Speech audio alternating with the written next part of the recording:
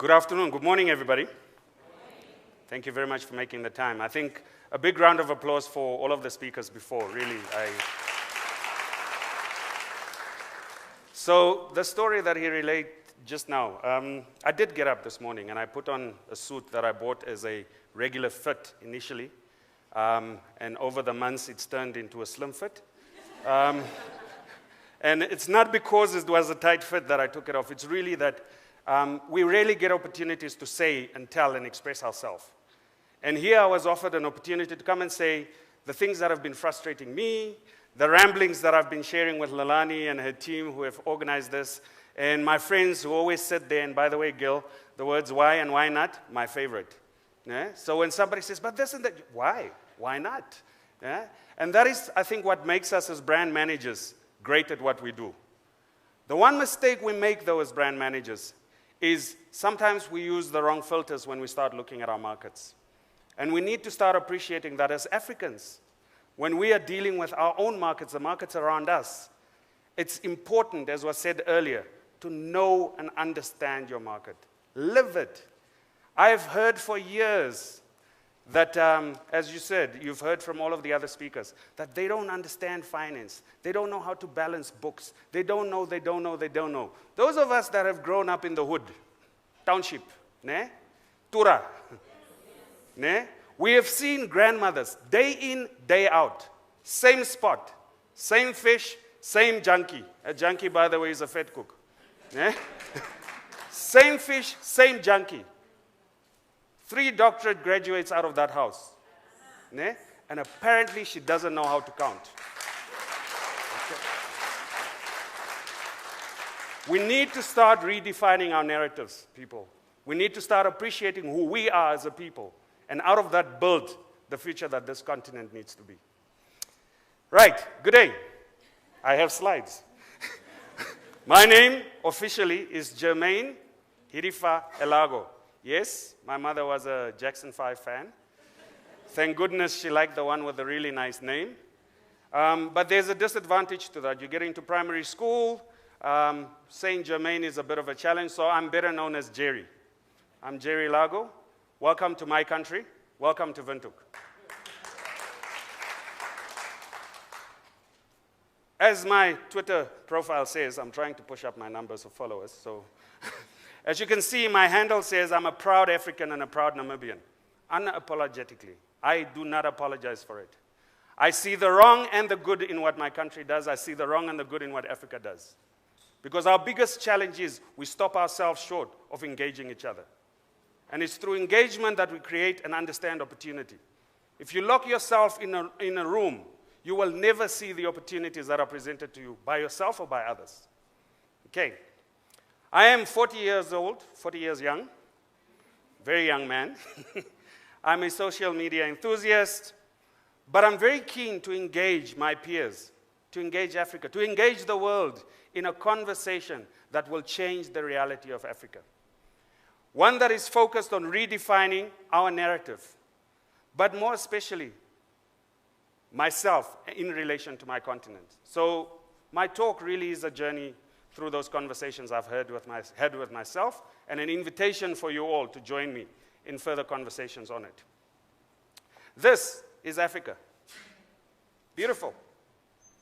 It's the mecca of safaris, breakaways from very cold European winters.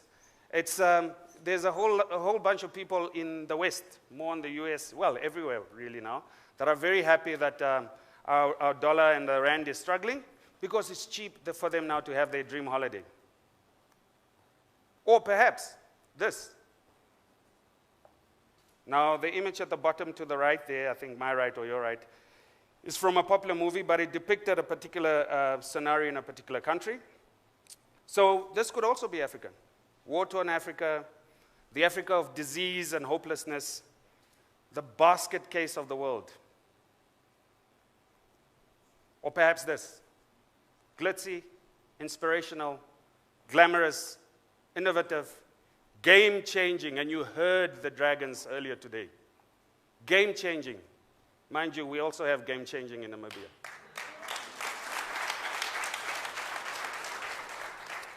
So when browsing through my favorite library, the World Wide Web, I'm often reminded, and it's scary how it happens all the time, that the narrative around Africa and its people, and by its people I mean you and I, the narrative around Africa and its people is always one that is not positive about Africa. It lacks positivity altogether. It's not crafted by Africa. It's not reflective of the African reality, or it is not the embodiment of our aspirations as nations and as a continent. And I challenge you all, really, 9 out of 10 times, I'm sure. Whatever you pull off the internet, the interweb, that clever thing where you type things in and something comes back at you, it never reflects us in our truest sense. Now, in the absence of us having a voice, one will be created for us. And I say this to us as a collective. In the absence of Africa, its nationals, its people, you and I having a voice, one will be created for us. This has sparked in me a number of conversations. Who are we? What are our aspirations? What is our duty to each other, to our continents, to our countries, to our people, to the generation that we're living in now, and those that are to follow? And most importantly, as a new generation African, what is my role in building the new African narrative? So, as I said earlier, my talk is not to inspire necessarily, but you will be inspired, believe you me. my talk is really, because I had a challenge. I spent hours on end trying to figure out, what do you say? You've got all these things that you want to yell about. Is this the platform to scream? And without sounding as though you are judgmental or you are imposing your views on others. So the way I framed it is, this talk really is me allowing you into my conversations I've had with myself and inviting you to start having those conversations post this event. And I want us to give a round of applause to the organizers of TIP. Because this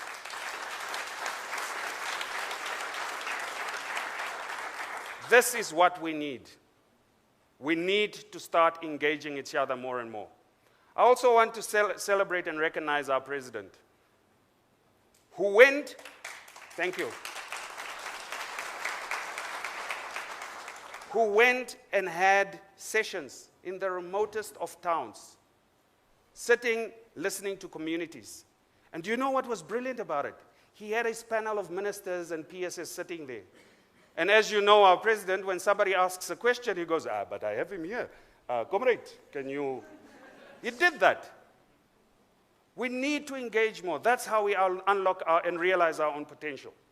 So, here are the conversations I had with myself in helping to redefine the narrative, and also trying to establish, and I'm using hashtags because that's my world. Twitter is my place. I need us to get to a place where we say, this is my Africa. Here is my pledge to Africa, to Namibia, to my people, to my son, to my daughter, to the next generation. And eventually stand proudly and say, I am Africa because.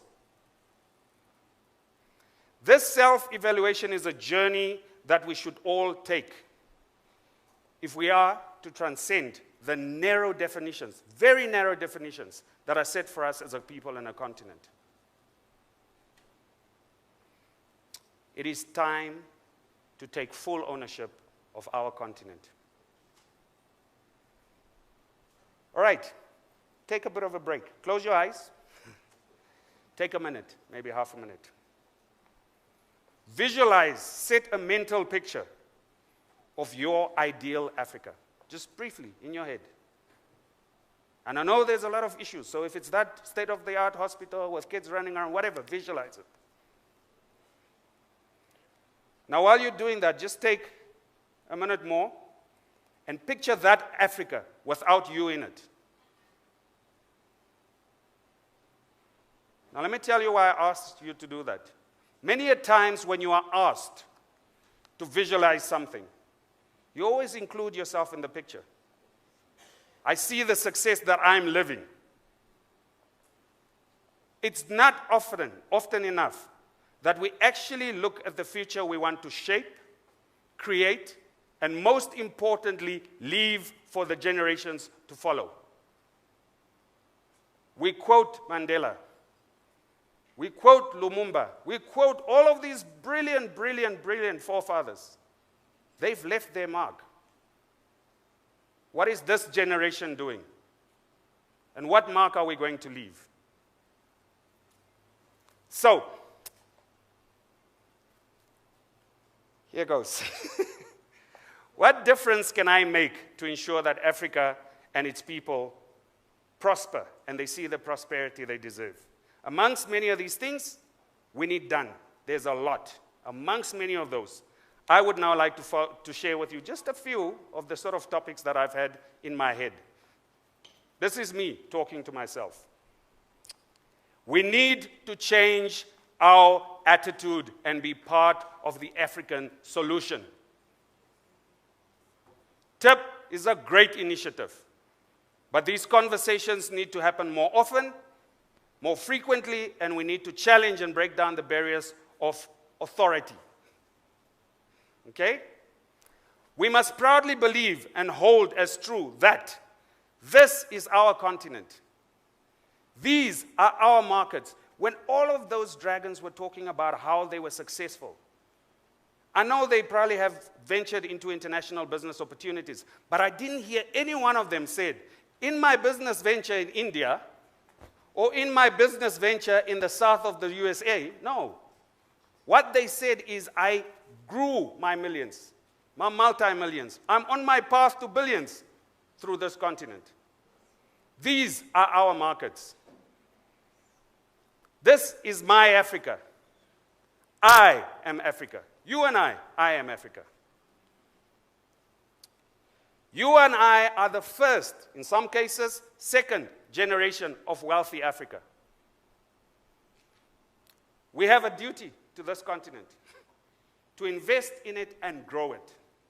So if your sole objective, and I mean this very seriously, this is now Jerry speaking. If your sole objective is to become a millionaire, creating wealth out of Africa, and go and splash it, celebrate it outside of this continent, you and I have nothing to talk about. We owe it to ourselves to redefine the value of success. Because the value of the success we celebrate doesn't have an African feel to it. It really doesn't have, and that's my view, that's how I feel about it. The success we celebrate doesn't have Africa in it. Because we haven't defined what success is as an African. If a holiday in New York and a new Ferrari is your only measure of success as a first-generation wealthy African, again, I say, you and I have nothing to talk about.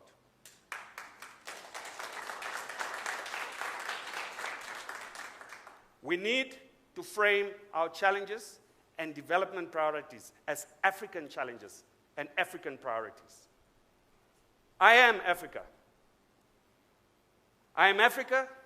I don't have Ivy League problems. I have access to quality education problems. I am Africa. I am Africa. I don't have a villa at the sea problems. I have access to funding and the burden of debt problems. People, we do not appreciate the burden that debt, the African debt, has put us in. Our credit and lending programs cripple innovation. They suffocate entrepreneurs. They suffocate them. I think Ali mentioned earlier in her talk, we need to start reinventing those systems so we can understand the risks within which we are investing. They leave the masses paralyzed with fear, while it perpetuates what I call the economy of the selected few. Yeah, steadily adding numbers to the chosen few in the old boys club. The fraternity of the chosen few. This can't be right. Right. I am Africa. I don't have moon landing and lunar exploration problems. I don't. I can aspire to them, but those are not my imminent problems. I have access to quality public health care problems. We need to redefine our challenges. It's part of having the conversation around what is the new narrative for Africa. Redefine our priorities as African priorities. Redefine them as Namibian priorities. Redefine them as South African priorities. Going on a limb here, it's not on my notes. Not as World Bank priorities, IMF priorities, but the priorities that are of relevance to our markets and our people. And if they are, then so be it. Right. Next, we need to check our prejudices. Any form and all forms of isms, racism, sexism, classism, tribalism. Someone once said, as long as race remains on a pedestal as the most superior of all prejudices, there will always be unchecked forms of injustice elsewhere. I'll repeat that. For as long as we hold race on a pedestal as the superior of all prejudices, there will always be unchecked forms of injustice elsewhere. Now read that as you may. We've had tensions between black, white, but while we're having that, there were gender issues. Our earlier speaker spoke about women. A round of applause for our women.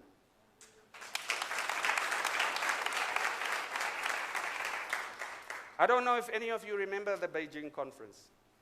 Yeah. A couple of years after Beijing conference, all we were saying as men, oh my goodness, this Beijing conference. But up until such time, we had selected our prejudice of choice. Be wary of them. We have very great ambitions to climb up the corporate ladder, success ladder, make it big. We do. But what we often forget is on that journey, we develop our own isms. As we progress through life, we develop isms that distance ourselves so far away from those very humble beginnings that have created us. And that said, I'd like to thank the speakers as well for one other thing. It takes a lot to humble yourself and take the time to come and stand here and share. It's important to share. Just that is enough to reconnect with those that you've left behind. And we're not left behind, by the way. We're right behind you. Millionaires are made in the townships, nurtured, fed, looked after. One of our successful speakers said earlier, she cried her mother out of sleep, not into sleep, out of sleep. She was handed over to somebody else. We are raised by our communities. Millionaires are shaped there. And yet, they are celebrated and stolen from us when they are inducted into the old boys' clubs in the suburbs. Remember that. And an actor called Kevin Spacey once said, if you are lucky to do well, it is your responsibility to send the elevator back down. All right. Acting as though isms and prejudices don't exist. It's like trying to hide the sun in broad daylight. We see you. You know that old ignorant African community, the sort of drones that you think we are? We're way past that. We need to deal with all forms of prejudices. We need to deal with them, not perpetuate them. It is also true as a generation, as a new generation of Africans, that we need to be true to ourselves, yes, and our heritage. But for goodness sake, act your generation. Be a game changer. Let me explain. Someone on Twitter said, our generation does not knock on doors. We'll call or text you so you know that we are outside. All right? Embrace this generation. This is where ingenuity, creativity, entrepreneurship thrives. We have politicians and business leaders that are more and more disconnected from their generation. They're rather trying to emulate and reflect the successes of their geriatric predecessors or those that are still clinging on to titles and positions. Be a champion of change. Here's a reality. When you're a 40-year-old politician and the priorities that you frame as a politician have nothing to do with your peers, who are you representing? Especially to our politicians and, well, business leaders, embrace technology. Embrace its impact on development and on opportunity. As a side note to them, especially politicians, social media, embrace it. It is the megaphone of the youth. Earlier, when people were toying, there was no Twitter. Nah? Today, we engage and we can transform worlds merely through a tweet. These are by no means an exhaustive list of what's going on in my head. I am convinced there are many, many conversations that we need to have. As I said earlier, we need to get to ourselves to a point where the narrative is changed, where we own what is said about Africa. Now, what gave me, I didn't start off with credentials, so let's engage on that a bit. Jerry, why is it you were given this platform, aside from the fact that you complain and make a lot of noise? I've had the pleasure of working with a lot of brands. I've worked on international brands. I'm currently employed by, and Gil, I'm employed by a business called eBank. We have built a banking model informed by what this market needs. And it's always been a challenge for me to sit in a boardroom and find the balance between my investment or my client's investment and the marketing speak and what the market wants. People tend to think that when I think it, it will happen without understanding and connecting to what the market really wants. My job as a brand manager has always been to ask why not? I take pride in doing that. I challenge you now, all of you as Africans, join me in these conversations. I've started a hashtag on social media called I Am Africa Because. I will be there every day. I'm inviting you to join me and carry on with these conversations. Thank you very much.